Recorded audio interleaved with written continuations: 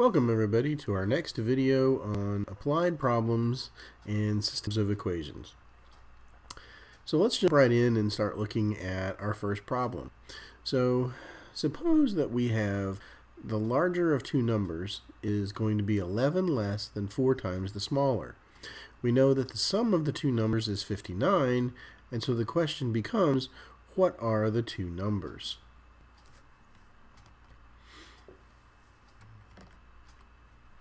Well, the idea in these particular problems is that there may be multiple sentences and that each sentence is going to translate to its own equation. And so if we kind of start with that first sentence, we see something that like the larger of two numbers is 11 less than 4 times the smaller. Well, one thing that we identify in that particular sentence is that we're really talking about two different things. We're talking about a larger number L, and we're talking about a smaller number S. And so that tells us, all right, here's our two variables, L for the larger number, S for the smaller number. Now, as for the two sentences themselves, they do translate exactly to two different equations. So for one sentence where we have the sum of two numbers is 59, well, the sum of two numbers, we know that's just L plus S. And in this case, as in most cases when we have word problems, is translating exactly as the equal sign. And so we've got the sum of two numbers, L plus S, is 59. So we get L plus S is equal to 59. For the second sentence, we know that the larger is 11 less than 4 times the smaller. Well, again, we're seeing the larger, L, the word is translating to equals. 11 less than means that whatever it is in our expression, we're going to be subtracting 11. And finally, 4 times the smaller, well, it's pretty obvious what operation that corresponds to. Times is going to be our operation of multiplication. So we get 4 times S minus 11 is equal to the larger number, L. Now this gives us the system of equations that we need to solve, namely that L plus S is equal to 59 and L is equal to 4S minus 11. Well, this system is exactly set up for us to use substitution. So if we take the first equation, L plus S, we can substitute the expression for L that we get from the second equation, namely that L is going to be 4S minus 11. We can substitute that in for L in our L plus S is equal to 59. So that's going to give us 4S minus 11 plus S is equal to 59. Well, if we combine like terms, we have 4S plus S is going to give us a 5S. So we have 5S minus 11 is equal to 59. Well, this is the equation that we need to solve. So if we imagine adding 11 onto both sides, that's going to give us 5S is equal to 5S is equal to 70. 5S divided by 5 is going to be 70 divided by 5, so showing that S is actually going to be 14. So our smaller number is going to be 14. Our larger number, L, is going to be 4 times 14 minus 11, or 45. So we've just figured out what our two numbers are. The larger number is 45, the smaller number is 14. So now moving on to the next problem, suppose we know that the perimeter of a rectangle is 700 yards. What are the dimensions if the length of the rectangle is 70 yards more than the width? Okay. So for this, sometimes it's not bad to draw a picture of what you're actually talking about. So we've got a rectangle. We know that one side is going to be length. The length is going to be L. The width is going to be W. And so when we're talking about the perimeter, we're really meaning just the distance around the outside. So if I add up all of the lengths and widths, I've got a top and a bottom, so that's 2L. I've got a left side and a right side, that's 2W, so my total length is going to be 2L plus 2W around the outside. Since I know that the perimeter is 700, I have an equation that looks like 700 is equal to 2L plus 2W. Now the second part of that question said that the length is 70 yards more than the width. And so again, this sentence is translating directly to an equation where we have the length L is translating to equals 70 yards more says that we're going to add 70 than the width. We're going to add 70 to our width W. And so this gives us a system of equations. 700 is equal to 2L plus 2W, and L is equal to W plus 70.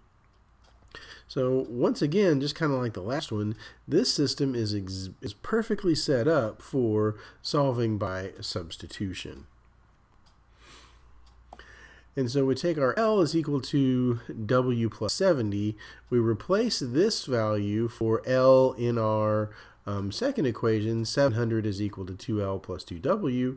And so we have 700 is equal to 2 times W plus 70 plus 2W.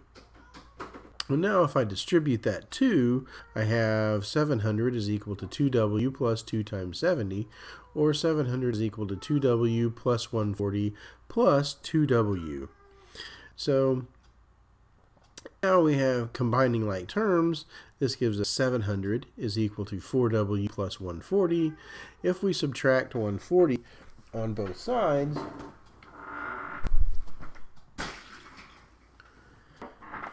then we have 560 is equal to 4W. 560 divided by 4 is then going to give us W is equal to 140. So if our width is going to be 140, our length is going to be 140 plus 70, or 210.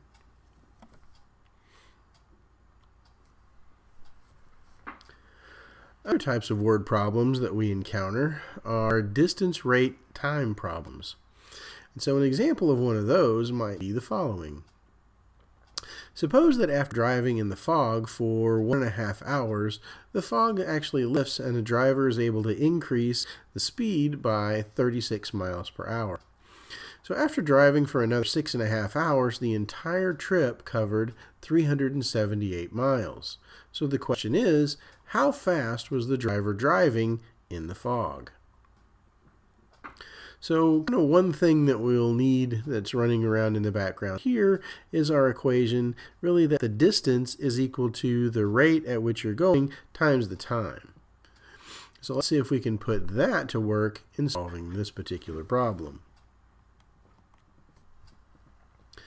Probably the best place to start is really by drawing a picture of what's really happening. And so what we see here, we've got an entire distance that's going to cover 378 miles. Now at some point along here is where the fog is actually going to lift. So from our starting point till the fog lifts is the distance that we're traveling in the fog.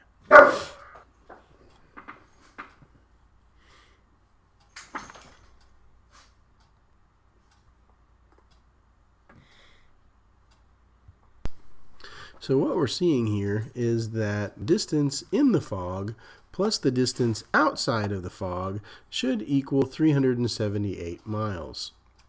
Well, we want to know the rate that we're traveling in the fog. So if we let R be the rate that we're in the fog, after we leave the fog, we know that the driver increases the rate by 36 miles per hour.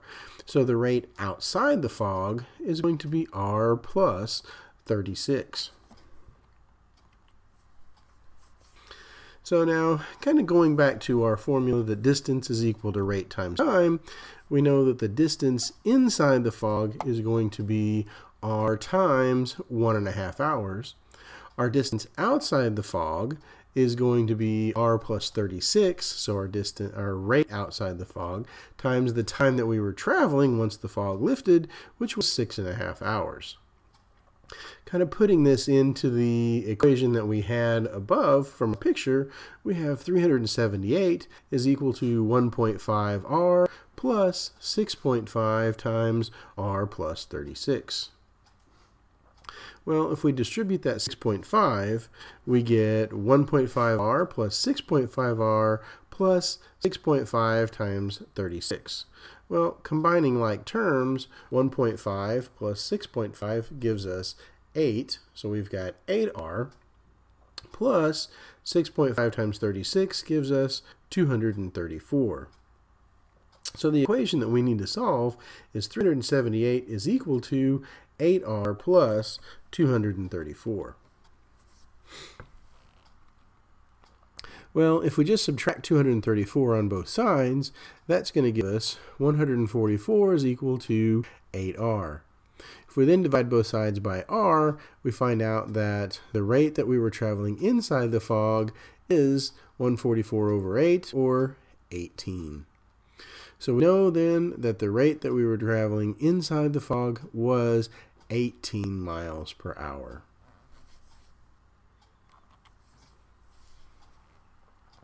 Now, kind of the last type of problem that we'll look at in this particular case is mixture problems. And so an example of something like that might be that a student has 1 liter of a 26% sulfuric acid solution, and they also have a 12% sulfuric acid solution that we want to mix with the 1 liter of 26% solution to get a mixture of 18% sulfuric acid solution. So the question is, how much of the 12% do we need?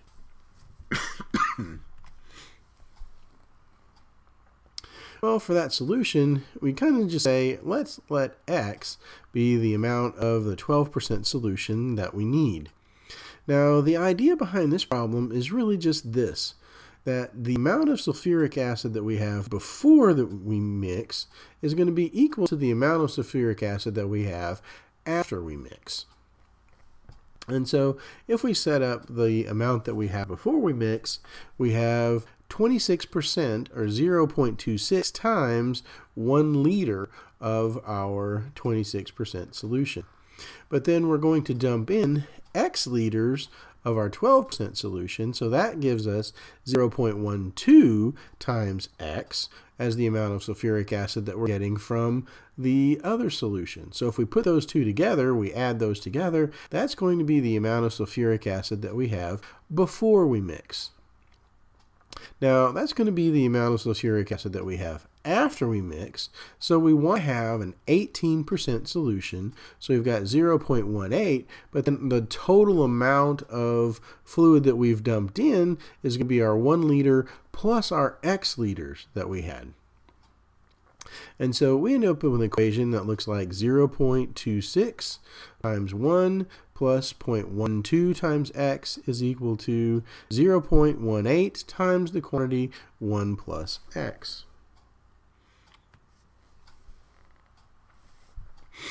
Well, solving this equation, we can distribute the 0.18 on the right-hand side. So we get 0.26 plus 0.12x is equal to 0.18 plus 0.18 times x. Subtracting 0.18 on both sides is going to give us 0.08 plus 0.12x is equal to 0.18x. Well, now, in order to get the x's on both sides, we can subtract 0.12x on both sides to give us 0.08 on the left-hand side is equal to 0.18 minus 0.12 is 0.06x on the right-hand side. Now, dividing both sides by 0.06 gives us a value of 1.33 repeating for the value of x. And so how much of the 12% solution do we need? We need 1.33 liters of the 12% solution mixed with our 1 liter of 26% solution to give us our 18% solution. And so hopefully kind of looking at this, you've seen a variety of examples of kind of applied problems that deal with our linear equations and our systems of linear equations. So I hope that these have provided a pretty good example to let you work on your problems at home, and I will see you all next time.